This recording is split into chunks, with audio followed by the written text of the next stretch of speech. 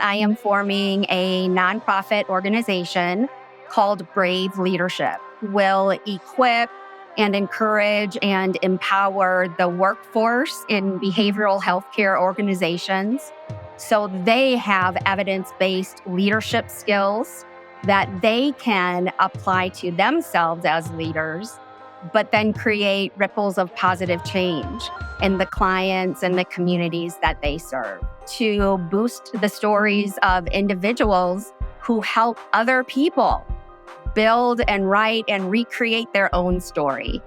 Stories are powerful. Welcome to the Rise, Recover, Live podcast, brought to you by The Phoenix. This is a space where people impacted by substance use can come to share their story of strength and resilience, get open and honest, and inspire hope and build community through shared experience. We'll be talking to people in our community on their own recovery journey and shine a light on the topic of recovery in all its forms. Maybe you'll hear some of your story in theirs. Let's show the world that together we rise, recover, and live. Welcome, everybody, to yet another episode of the Rise, Recover, Live podcast. We are your hosts, Bryce III, he, him pronouns. Liz McKean, she, her pronouns. And this is take 27 of that intro because Liz has forever scarred me. Like, I don't know what voice I want to put on today when I start the show out. How is your energy, Liz? My energy is great. I'm happy to be here. Also realizing as I, do these recordings with you and see my face, as I see everyone else's face, that I've become my mother in a lot of ways that I am so grateful for. The one thing I could say, we've had this conversation, is like you can always tell what she's thinking by her face, and I'm like, oh, I am that now.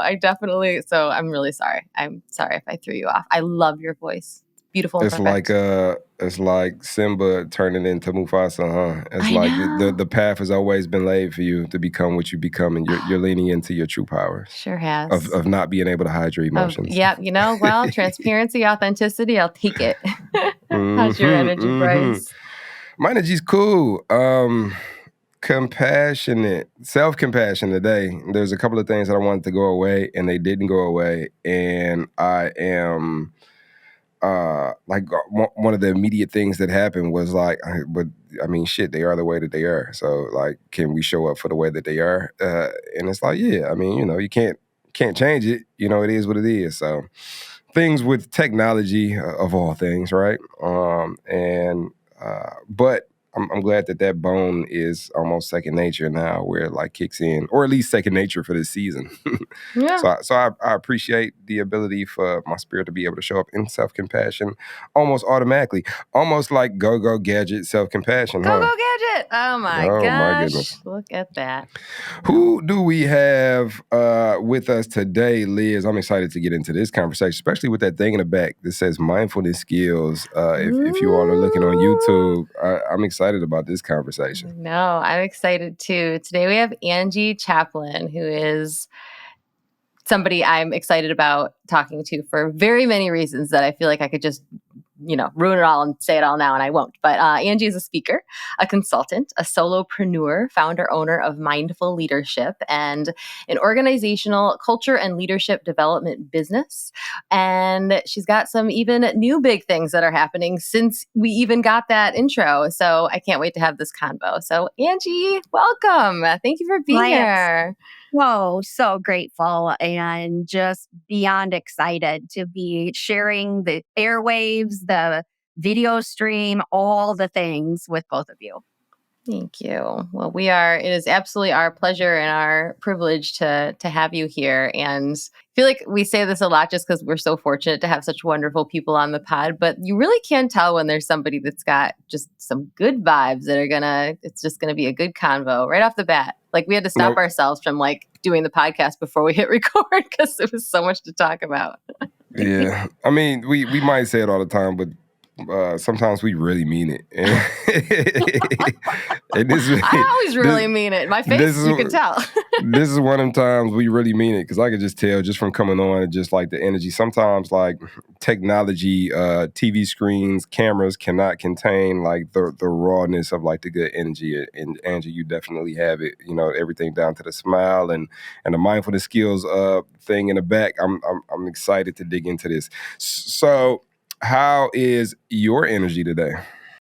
My energy is amplified by all the recent conversations and new directions that my journey of mindful leadership, but also very closely interconnected with that, is my journey to freedom from alcohol. And it just continues to amaze and astound and really humble me how this journey has empowered me to be exactly who I am, doing what brings me joy and doing what creates a ripple of change in the universe.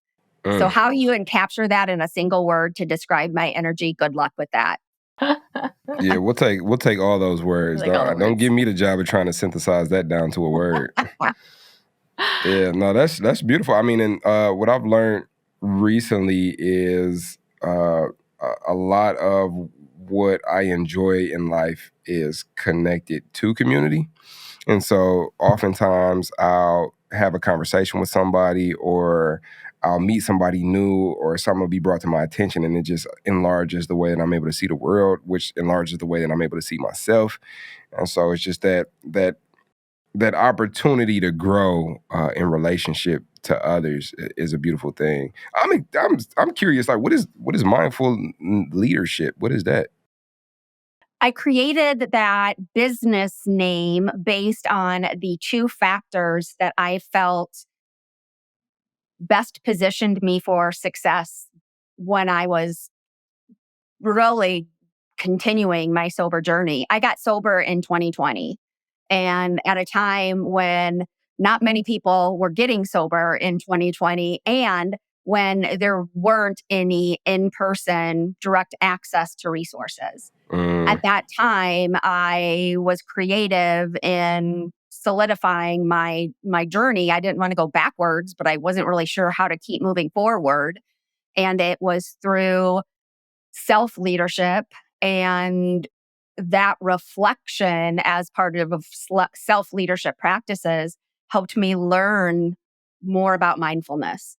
And I was one of those people who thought mindfulness was emptying your mind, right? I thought it meant sitting on a meditation cushion for hours and chanting. And I thought there's no way that was me.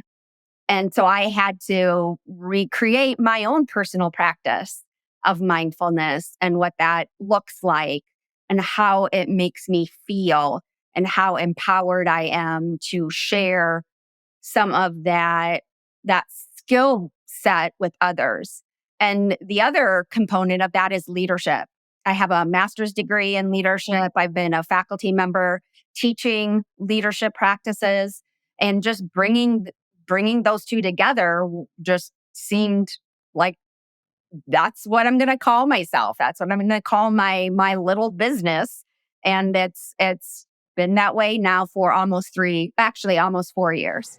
mm, so I got a selfish question. Mhm. And when you say you went to school for leadership and you've taught leadership, there's this thing that's been going on in my life recently where, like, I'm looking at all these spaces that I contribute to, and quite a few of them, like I have to be the one to kind of like take that first step and like get the energy going. Like I went to this like men's wellness conference this past weekend or whenever, it was a couple of days ago, and everything is always a couple of days What ago is for me. time? And you know, we I connected with a couple of guys, and there was a call to action to keep in contact with each other, and I just felt like if I don't initiate this thing, it might not happen. So hopped in a text, you know, set it up. We'll be on FaceTime. We'll do it every Tuesday. We'll, you know, woo, woo, and we've done it, and it's been magnificent. And like I just noticed, like, oh, I'm that guy in these spaces now, you know, which I never like where I come from. Like that wasn't me. I was waiting for somebody to give direction, but it's like that alignment with the world that I want to see, the communities that I want to see cultivated. Like if I see the opportunity to take the action to make that thing come to fruition, like I will. But it's like, is that something that can be taught? And is that something, or like how much of that is like inherent and how much of that can be taught? Leaders are made, not born. right? Obviously, leaders are born. Of course, we come into the world. However, there is no guarantee that leadership is inherent. One could argue that it's a nature versus nurture, and sure, there's DNA and all the levels of intelligence that play into it, but leadership is a set of learned behaviors.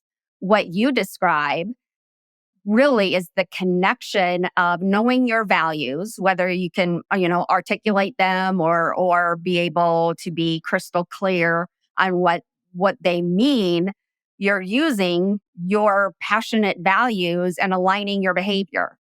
So the behavior is the reaching out, the coordinating the schedules, but that behavior is tied to a value that you hold deeply, whether that's connection as a value or action or intentional alignment. There's a lot of language you could use around that. But what you just described is a demonstration of a leadership behavior that can be taught. You teach, hey, when you have a value, you align your behaviors accordingly. That's leadership. Mm. And I'm like super gonna be selfish today because I can tell this is a conversation where I'm going to take full advantage of having you in front of my face right now. So if we think about the realm of like substance use disorder, where it's like, well, my values say that, I don't want to be the person who can be, I want to be dependable. I want to be able to show up for others and myself. And matter of fact, I'm putting a stake in the ground today. Like today is the last day that this will ever be the case. And tomorrow, like I'm turning a new leaf. And then when tomorrow comes, like even though I passed a lie detector tonight, when tomorrow comes, when faced with the decision, I choose the decision to kind of continue to perpetuate my previous behavior. And with you being somebody who has recovered, is in recovery from substance use disorder, how do these principles apply to someone who's actively trying to create a new pathway for themselves? Great question. That's exactly what I did. And for the 10 years that I was in active alcohol use disorder, I was a mom at that time. I was married at the time. I was a working professional at the time. And as the alcohol use disorder became more problematic, of course, it affected all of those relationships. My marriage deteriorated. I became a mom who, quite honestly, my kids thought wouldn't be around anymore or would be estranged from them at some point. I lost jobs. So while I was proclaiming how important leadership was as a professional, I wasn't aligning my behaviors with anything. So here I am, speaking about leadership, but I'm leading myself down a destructive path that ultimately nearly killed me more than once, landed me in jail, lost jobs. So it was saying one thing and doing another. And that's the disconnect when we don't know who we are, when we don't know what our values are, or we're professing one thing but practicing a different behavior. And once I had the light bulb moment during the pandemic of, hey, these 5 values, and I actually did a process and activity to zone in on my 5 values. Obviously, nothing fit the picture of, hey, substance use will make this better. So it's seemingly easy as long as I do things that align with these 5 values. There's no way I'm going to invite the influence of a substance. Is that I know you've said that evaluating that relationship with alcohol, it's about awareness in addition to addiction. That sounds like you kind of defined that there. That's where it starts. And as we all know, there are various individuals who question their relationship with their substance of choice or their behavior of choice. They aren't yet comfortable with framing it within the context of addiction. but they may be gaining a peak of awareness into the influence that those behaviors are having. And by making it more about awareness and less about addiction, people are more comfortable having that conversation. If we talk about, let's just talk about wellness. What does wellness or living a healthy life, what does that look like for you? And they start describing behaviors, and then that generates awareness.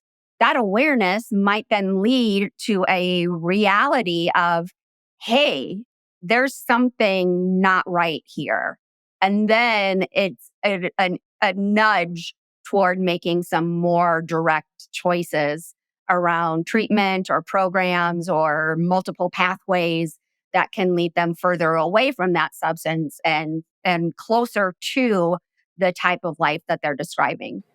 Yeah. Yeah, even when you say like not right, in my experience, it's just not super black and white. So it's like, what's right, what's wrong? Ultimately, it's just like what aligns with what it is that I've stated that I desire.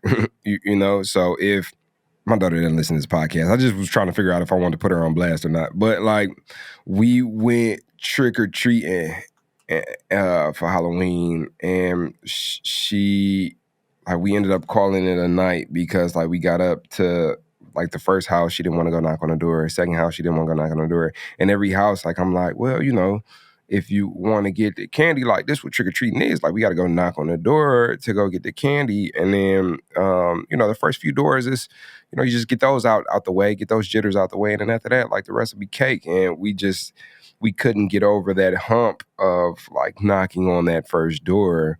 And so I tried to do the thing where like I correlated like, okay, because she also didn't want to go home. And it's like, well, what do you want to do? You know what I'm saying? It's like, I want the candy, but I don't want to knock on the door. And it's like, well, what do you really desire? And in hindsight, maybe she just desired to just be out on the streets and just like, kicking it and having fun with family and not really like getting the candy as the end goal. Like what was her value? And being able to zoom in on that value in that moment may have helped me to be able to be a better coach. But for me, I just didn't anticipate. She was excited about going trick-or-treating, and we get out there and she didn't want to knock on the door. I'm like, what the hell is going on? Right, So, right. but I've had so many experiences that are similar where it's like I'm faced with like almost this brick wall that's like pushing me and causing resistance. And what I have to do is identify like, why do I want to hit this wall in the first place? And there's been times where I've turned up that I want to hit this wall because other people told me I need to hit this wall because like culture says that hitting this wall is important, or that, people who love me have told me this is the wall I should hit. And it's like, that's not good enough value because those values don't belong to me. So maybe I don't need to hit this wall, but then there's other times where it's like, okay, I've decided that this is the wall that I want to hit because on the other side of this wall is potentially the life that I've decided that I desire. So let me do my damnedest to hit this wall today, like, or at least try to climb up it a little bit because I've decided that this is what I want. And I think when it comes to like substance use disorder or alcohol use disorder, there can be a bit of that conversation, like massaging that conversation in. Like you said, like how can I soak this in better? Maybe it's not a conversation about addiction because maybe that's too heavy for me. Yep. How can I massage this in such a way that if I don't hit this wall today and I do what I've been doing today, that doesn't count as like a failure today, but I've like introduced myself to new concepts that allow for me to like look at this experience differently. And I'm curious as to like how you apply that notion to your own experience, and as well as how you help people apply that to theirs. The question that I ask myself is, it's two parts. The first is, does this behavior align with one of my core values? So that's part one. Part two is, does this behavior get me closer to living the life I choose to live? Sometimes I don't need part two because it's crystal clear. But there are other times where my value, one of my top 5 is love. Love can look very different from person to person and from situation to situation. So, how I define love as a behavior in one situation might vary from the next. So, using my values as a constant checks and balances for myself, but also for the individuals I choose to surround myself with. Another core value of mine is integrity. And I have learned the hard way through business relationships and personal relationships over the last really 6 months that someone who says, I'm telling the truth, I'm grounded in my truth, that is a true statement for them, but that truth looks different from mine. And that's okay. And I can choose to go in a different direction or to place a boundary or to create a different type of relationship with that person. It's difficult for me to get out of judgment zone, honestly, because that's a natural I don't even want to say quality, a tendency that I know I have. And so to get to the point of letting that person stand in their truth, wishing them well, and choosing to stand in my truth and my definition of integrity could be 2 different things. Mm. So how do we find our core values? There are a lot of free resources. One early in the early days, it was giving somebody a blank sheet of paper and saying, write down your values. People would look at me with a blank stare. And now I completely understand why I got that blank stare. Because, yeah, sometimes we have an idea or we have a variety of different words that might do it. I like having a list, or I use a deck of cards where each card has a word of a commonly held value on it. And through the process of literally sorting the cards, it becomes a very hands-on activity. I'm big on adult learning theory and some of the, cognition and behavior and emotion. So I like things that I can actually get my hands on. That's my personal preference. But websites like Brene Brown has a list of values words and a guided activity or prompts to go through it. The author of Atomic Habits, James Clear, James Clear. also has a resource free on his website. So there are free resources available. You can also, if somebody's working with a coach, their coach might have some types of resources to be able to help them. But it truly is a conversation with yourself. And Yeah. whatever tools and resources might help foster that conversation, there's a variety of options out there.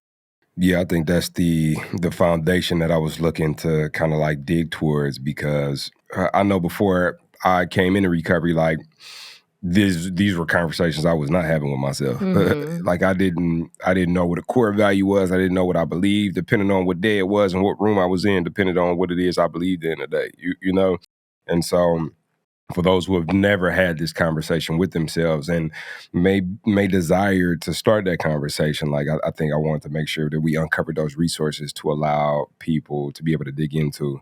Because like this sounds cool, but this is the first time I've heard of any of this. And how do I get started? Right. Yeah. Right.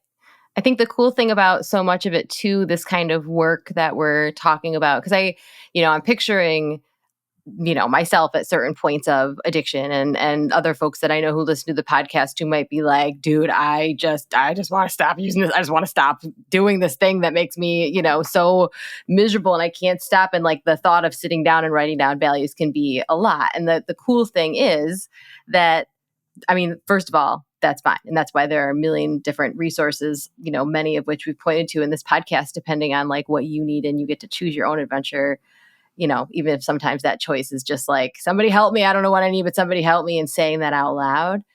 And I also think that a lot of this, you could be 20 years in recovery and like be like, okay, now I'm going to start this work. And like, there's not an expiration date, right? When it comes to this. Right. Yes. And it's a conversation I have not only with myself on an annual basis, it's kind of my own end of year, annual performance review where I reevaluate my values. I go through that card sort activity that I described. I do that towards the end of the year. I'm big into vision boards. So I create a values-based vision board where I will take my core values and then create a vision board. How do I see these values in action for the coming year? My sons are now in their 20s, and each of them will do the values card sort on an annual basis. And we'll talk about what their values are, what my values are, what might be our family values. And it's okay if they're not the same, because it allows us to explore. Well, when my oldest son is demonstrating, I can't remember off the top of my head, I think independence is one of his. When he's being independent, I know that I can have a reaction to that. But knowing and acknowledging that about myself, it helps me put his behavior in context of his values, not mine. And that makes it easier understanding. That's sweet. Because it's pretty like the love languages, whatever you believe about them. I just think like the ability to get outside of myself and like allow somebody else to tell me how it is that they desire to be cared for, allow for me to have compassion and understanding in ways that I hadn't when I was just looking straight through my own personal lens. So to even hear something like that, like with a mom and a son, where it's like, I may think that you're pulling away or like you're, being a renegade or like you're not involving me in certain things. But now that you've declared to me that like one of your core values is independence, that allows for me to have compassion and see that, oh, like you are pursuing what it is that is your core value. Like you're working on and deploying your independence in this moment. So it allows for me to like open my heart even fuller and bring in the world and like through a different lens. That's sweet. That's sweet. I gotta be honest, it's not easy at all. And I'm not perfect at it. And there are times that I will have an emotional reaction and quickly shift into, well, you don't love me, and I don't say those things anymore, but that's an emotional reaction that I can have. So yeah, it's all a learning process, but understanding the lens that he's behaving through and how I'm reacting to it gives me some better understanding. And honestly, not only am I a better mom, I'm a better leader of myself when I'm able to understand. You talk about taking people where they're at, where I can take somebody where they're at and still be where I'm at. And it's not a competition between the two of us. It's collaboration. Yeah. And so you seem to me to be like a very like in tune. I don't want to use the word calculated, but like intentional, strategic, mindful. Let's use mindful. Let's use the word mindful. Why not? Right. But you remind me a lot about you remind me a lot of myself, where like I'm a tool. Like I there's a lot of ways that I can use to show up intentionally for and mindfully about or in relation to the experience that I'm having that allows for me to show up for life on life's terms. One of the biggest promises that has been delivered to me in recovery is being able to show up for life on life's terms. And especially within the realm of leadership, we're one of those people who, show up and share these things with the world so that we can plant the seeds so that they can be able to take advantage of these resources and tools that have improved our lives so much. And in that, there's this experience that I've had where there's a bit of like solitudinal navigation and it can feel lonely, and it can feel like, if I'm the leader, where's my community and where do I get my tools from?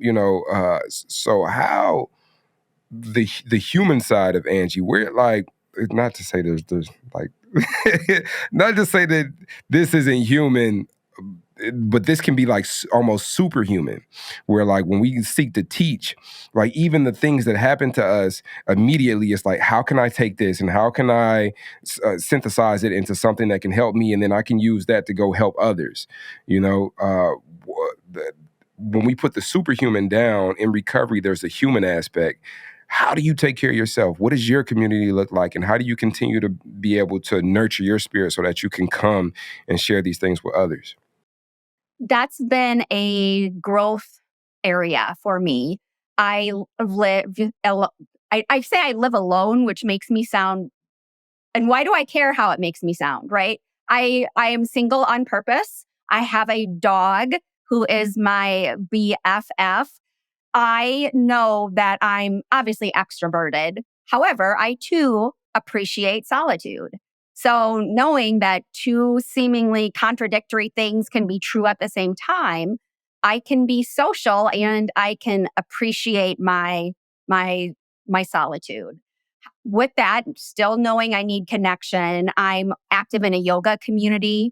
I'm active in the Iowa City community area, whether that's on a business perspective or as a volunteer, or my son actually plays football for the Iowa Hawkeyes. So very big into college athletics, which has been interesting being sober and being in a college game day environment and promoting that one can stay sober in a active alcohol fueled environment.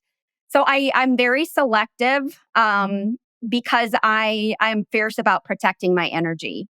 So yes, I am a sober tailgater, but I will also politely excuse myself from situations that I feel are negatively influencing my energy.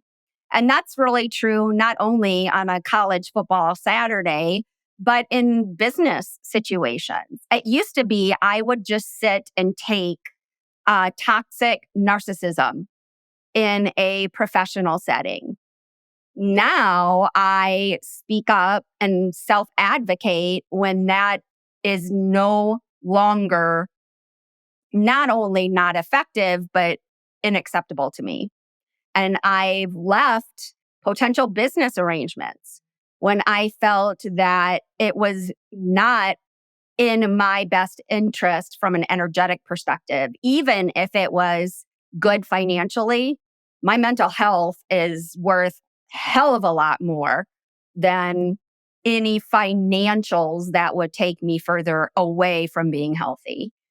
And it's creativity in many ways as an individual who has an active social life, but yet just being in recovery, I need to be creative about what that social life looks like. Exercise is important to me.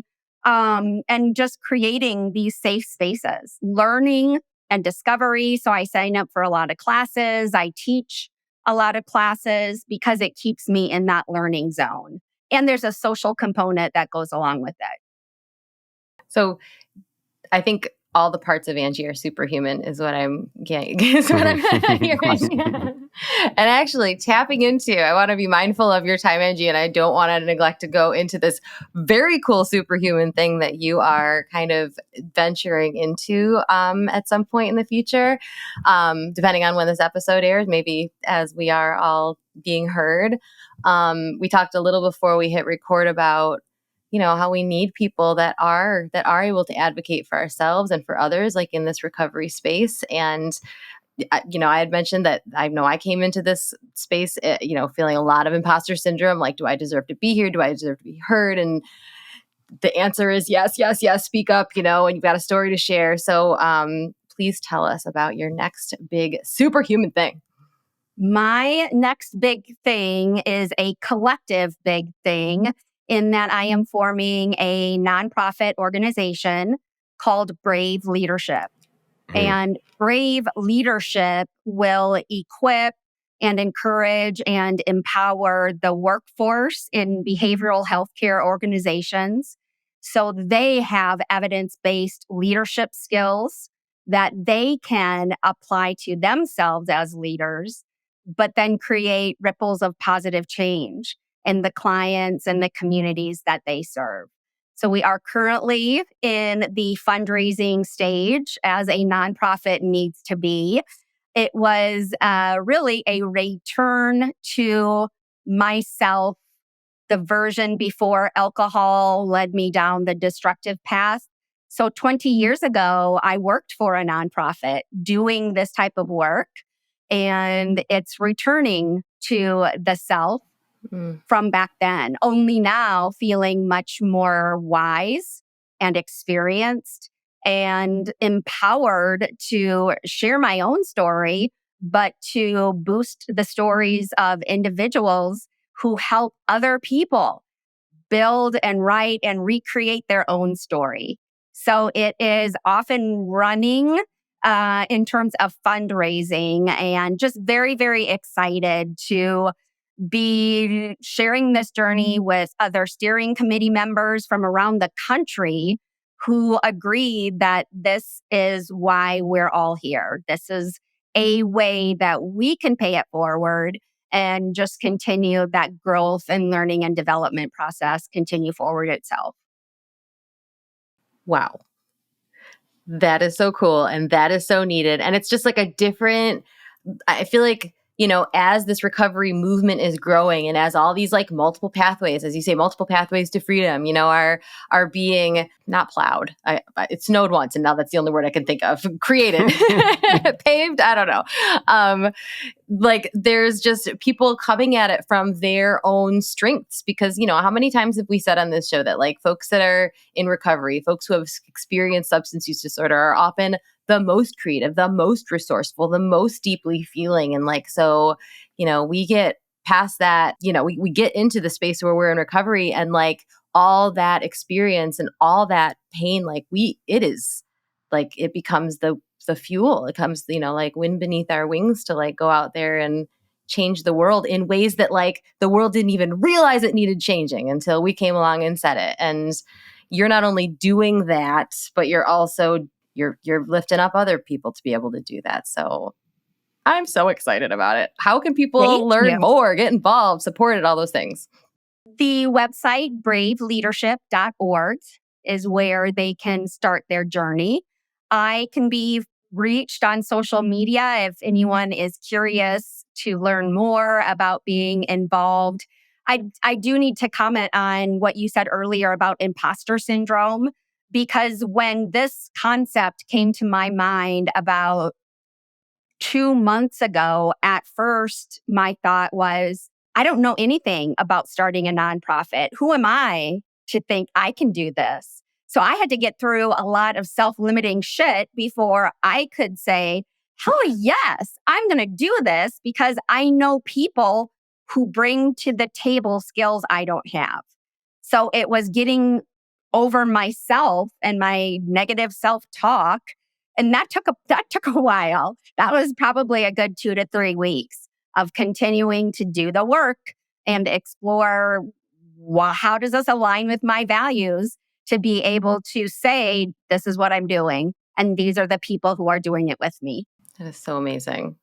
Also, I love how it took a while. It was like 2 to 3 weeks. Like I just like turbocharged version of that. And also that, that is built upon foundations of years and years and years of putting work into, to get to the point that you come across those hurdles and then move past them. And thank goodness you do, because that's incredible work. Yeah. I can't wait to see all the cool things that you do and the leaders that emerge from it. Thank you. Yeah. It's an exciting adventure. And I'm just like you said, choose your own adventure. And this is what I'm choosing. Well, the world is so much better because of the journey that you're choosing. We really appreciate you coming and sharing that journey thus far with us. Before we get out of here, I do have a closing question I'd like to ask you. If you could go back in time or into the future and talk to any version of Angie and tell that version anything, a nugget of advice, a word of wisdom, what version of Angie would you choose and what would you tell her? I would probably choose the Angie at the beginning of active addiction. In probably in 2010 is when my drinking escalated. And I would tell her that she didn't have to prove anything to other people except herself. Mm. Could you tell that to present version Bryce a couple times before we get out of here? That's not to say I don't repeat it to myself on a regular basis, to this current version of Angie as well. I have yet to hear anyone answer that question in a way that I'm just like, oh, that's right. Thank you. Okay, got it. Yep, needed to hear that right now. Even people who are like, I would talk to 4-year-old me. And I'd be like, thank you. I really needed that today. So I think we're carrying all those versions of ourselves every single day. And it's always beautiful to hear those words. So thank you for sharing. All right. Well, we did it, Liz. We did it. Yeah. And, Angie, we'll make sure that we get all those links that you mentioned into the show notes. Are there any other places that you wanted to guide people to find you before we head out, or did we cover them? My personal website is angiechaplin.com. Mm-hmm. That is connected to Mindful Leadership, which is more of the LLC, the for-profit business. That's not going anywhere. Obviously, that just isn't where my heart is being led these days. So between angiechaplin.com, braveleadership.org, and some of the other resources that we've talked about, that should cover it. Amazing. We'll get those in the show notes. So just echoing Bryce, thank you for being here. Thank you for being you. And thanks to everybody who's listening. We are just so grateful that you are in the world and doing this work with us, and whatever part of your journey you're on. Thanks for being part of ours, and keep listening, subscribe, follow, and we will catch you next time on the Rise, Recover, Live podcast. See ya. So now you're excited. Bryce, Liz, how do I get involved with the Phoenix? Well, my friend, it is super simple. We actually have an app. Head over to the Google Play Store or the Apple App Store, or look in the show notes of this podcast, wherever you're listening to or watching this podcast, and go download the Phoenix app. The Phoenix app makes it so easy to find classes that are near you, or to access our virtual class schedule where you can hop on from the comfort of your home. You can also join our groups and have a conversation with someone from the Phoenix community from anywhere in the world. Please make sure that you join the podcast group where you can connect with Bryce and I and other listeners. Everything that you need is in the show notes. You can also head to our website at www.thephoenix.org.